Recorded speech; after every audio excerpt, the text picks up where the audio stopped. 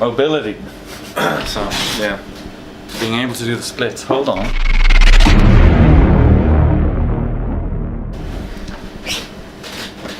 My man. Mobility.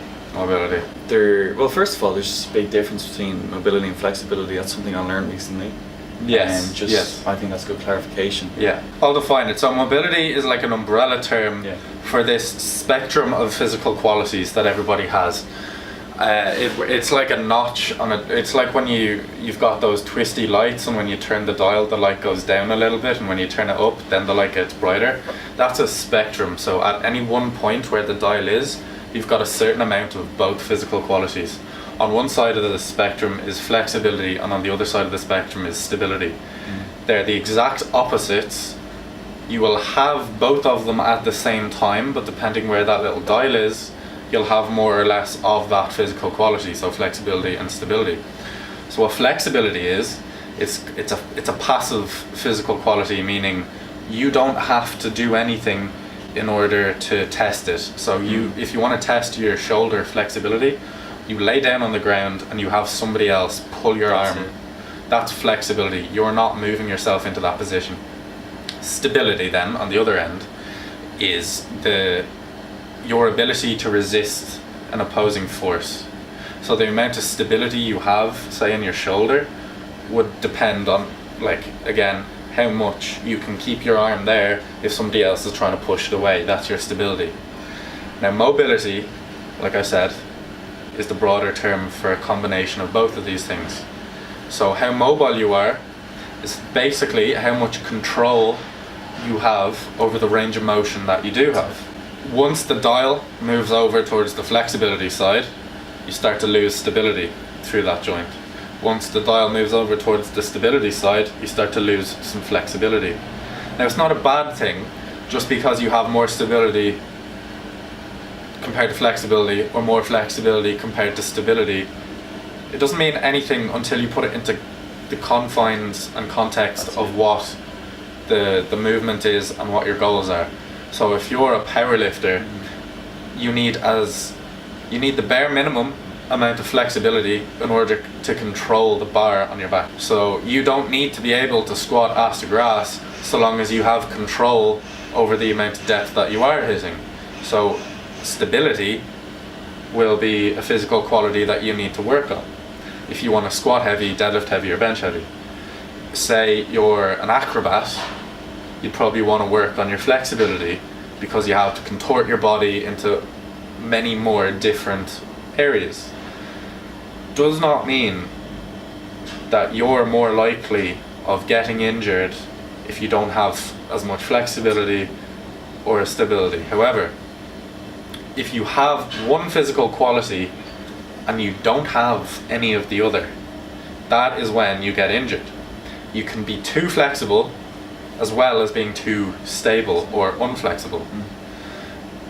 All of these movement guys, they're great. They know, most of them know what they're doing, but I think they take it a little too far. Because you know, just sit in the bottom of a squat for 10 minutes, it'll loosen out your hips really nice. No, because then you're not training your stability. So when you do try and squat, your hips are unstable and you can't control that depth. You know? If someone sits in an adductor machine and like has it on the widest setting, so it's like spreading their adductors to loosen them out for the sumo session or whatever they're doing. Like they could lose tightness. Yeah, so so any good mobility routine has both. You know, mobility, like I said before, mobility is a combination of both. If you've got bad shoulders and you're benching, you know, with your shoulders popped out and you're always getting bad shoulders and people are telling you to work on your shoulder mobility, that doesn't mean do shoulder stretches. Like I said before, look at what's around it. Look at your scapula, see how it moves. Can you control it? Probably not if you're benching like this. So that means you need more stability, not flexibility, you know?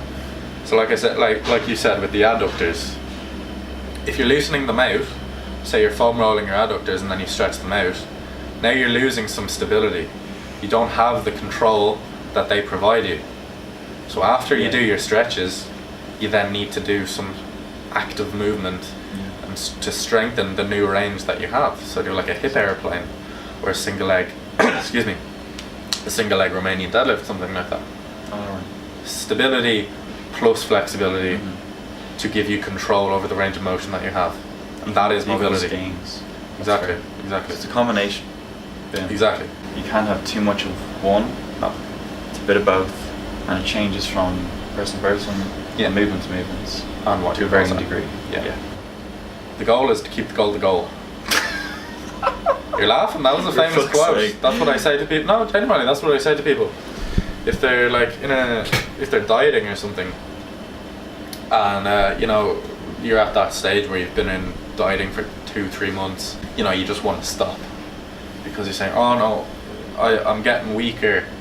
I don't like how weak I am getting. I want to eat more food now.